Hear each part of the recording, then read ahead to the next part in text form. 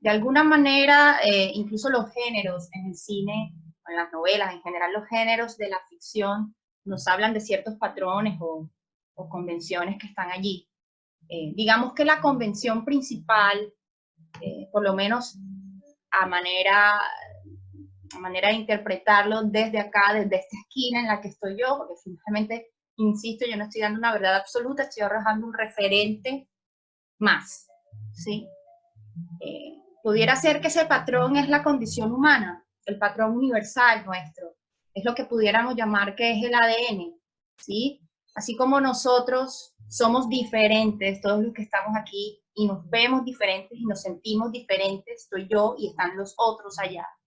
Hay un elemento evolutivo, genético, no sé, llamemos lo que es nuestro ADN, que ese ADN es como la raíz que nos une de alguna manera.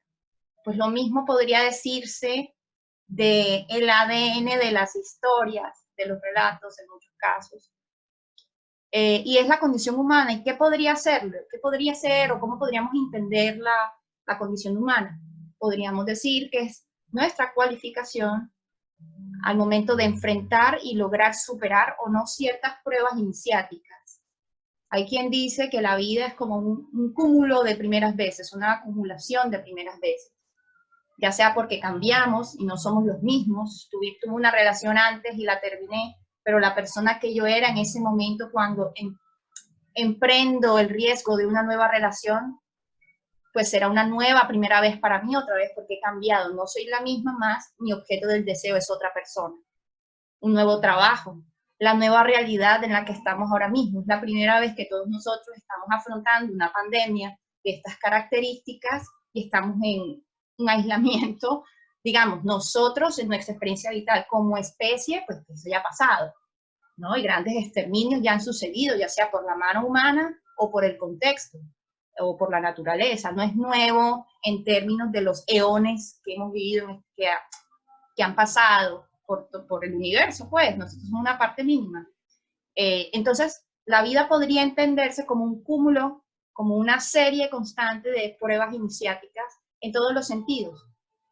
Esa podría ser una definición de la condición humana. Nosotros no podemos simplemente, yo no puedo, ninguno de nosotros, pararnos en una esquina y esperar a que la vida pase y que nada me pase. Tal vez es una vaca, la vaca ni lo contempla, la vaca está programada para eso. La vaca nace a los 2 días o incluso antes, qué sé yo, no soy bióloga o zoóloga, ya está caminando, ya está pastando, y esa dinámica será su dinámica por el resto de su vida, pero excepto si cae en el gran complejo de producción alimenticia, que es terrible, eh, pero nosotros no pastamos y pastamos y pastamos por el resto de nuestras vidas. Para nosotros la vida la entendemos como un proyecto.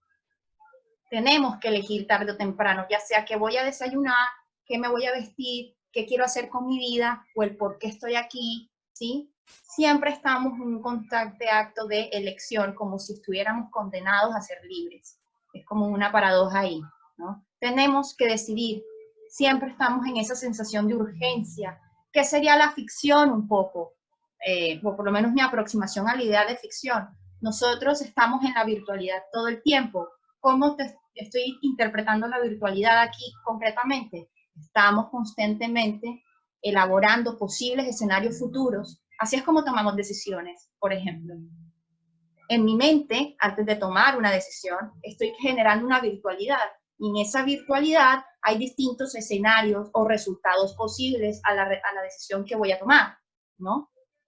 Por lo tanto, digamos que la realidad en sí misma podría decirse que es una gran ficción. Y luego hacemos ese acto de innovación en la realidad, ¿sí?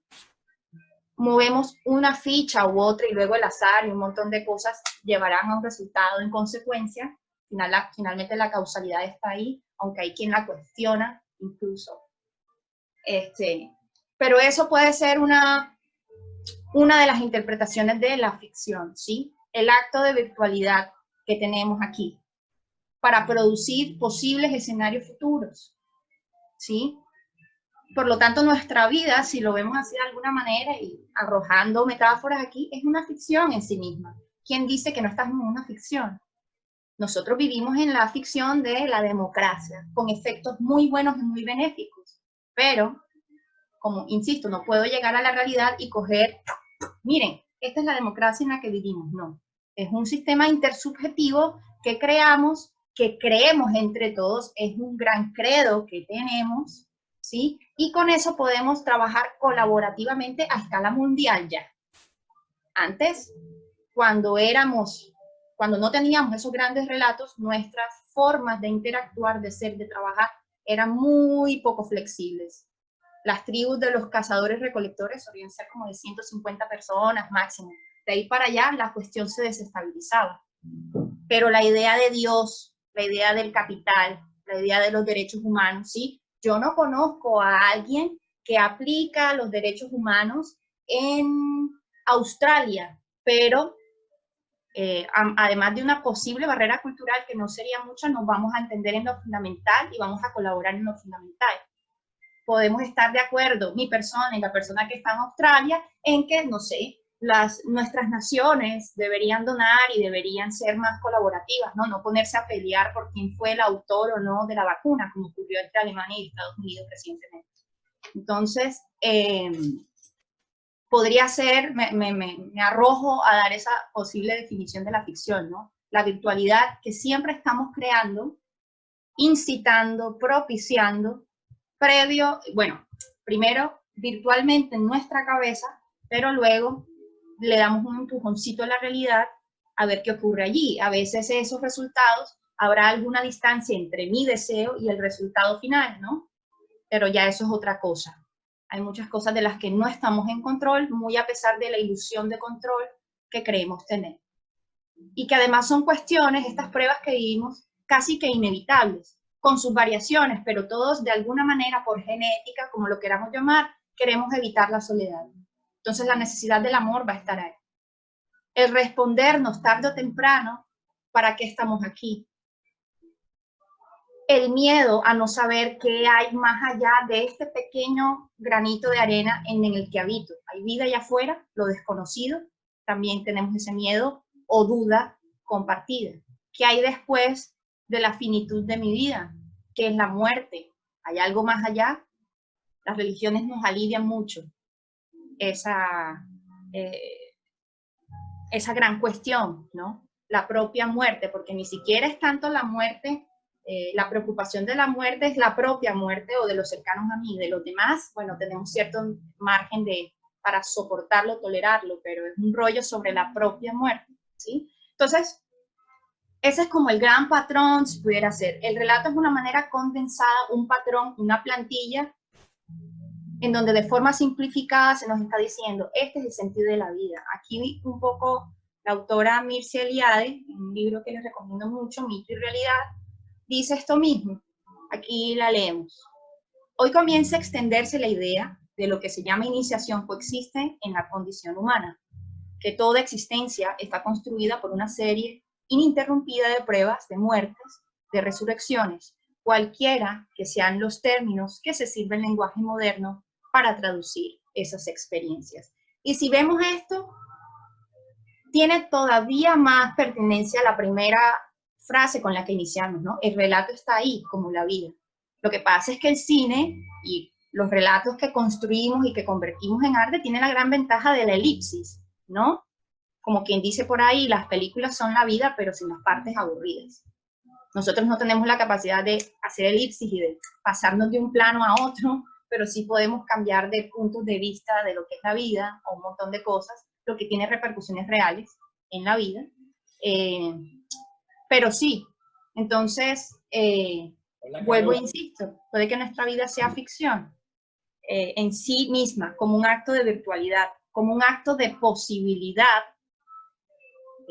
La ficción no necesariamente tiene que ser atada. En géneros literarios sí, pero la ficción en sí no necesariamente tendría que ser atada a la idea de fantasías que intervienen en el universo, ¿sí? Pero son maneras poéticas del por qué decimos que somos como somos, ¿no?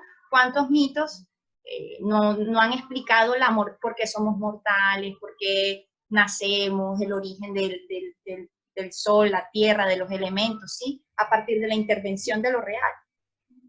¿Sí? La ciencia dice lo suyo, personalmente creo mucho en la de la ciencia. Hay quien mezcla la ciencia con el génesis, a cada quien le va bien como le quiere ir bien realmente.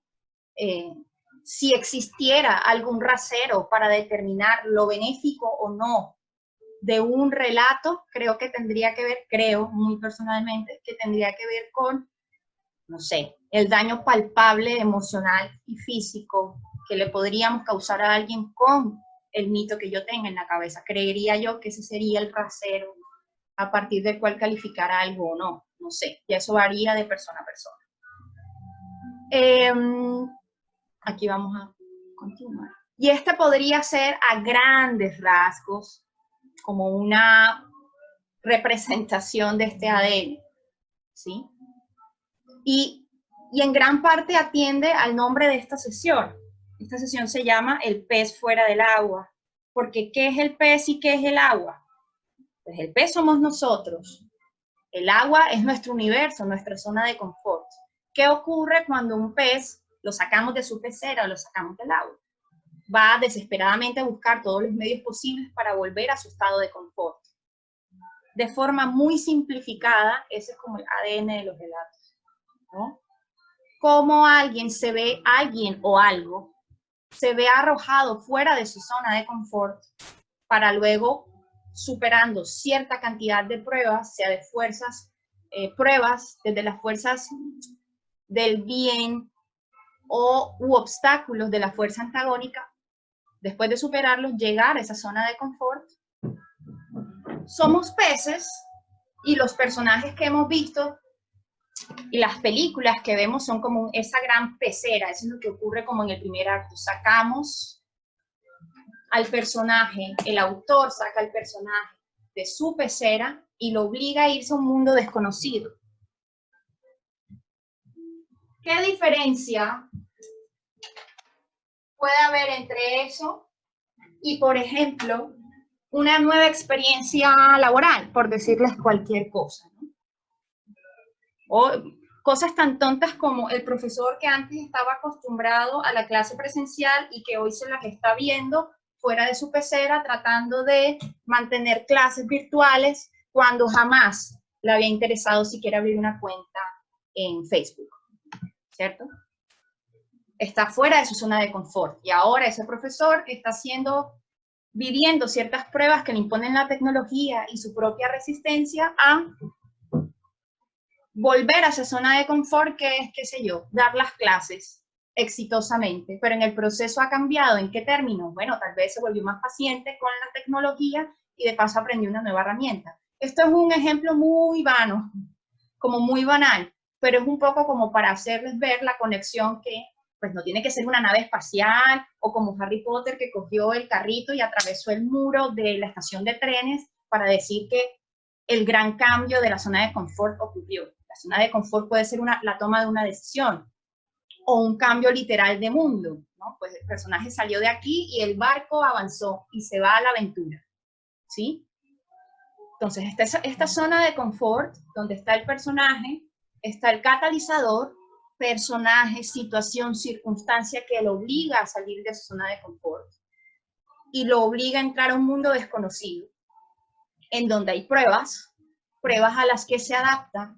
En muchos casos obtiene cierta recompensa, pero al mismo tiempo paga un precio por esa recompensa, ¿sí? Y al final puede o puede no haber un cambio. Esto que les estoy diciendo, si lo notan y lo asocian con todo el contenido que han visto, o si lo ven con su propia vida, podrán ver que está ahí.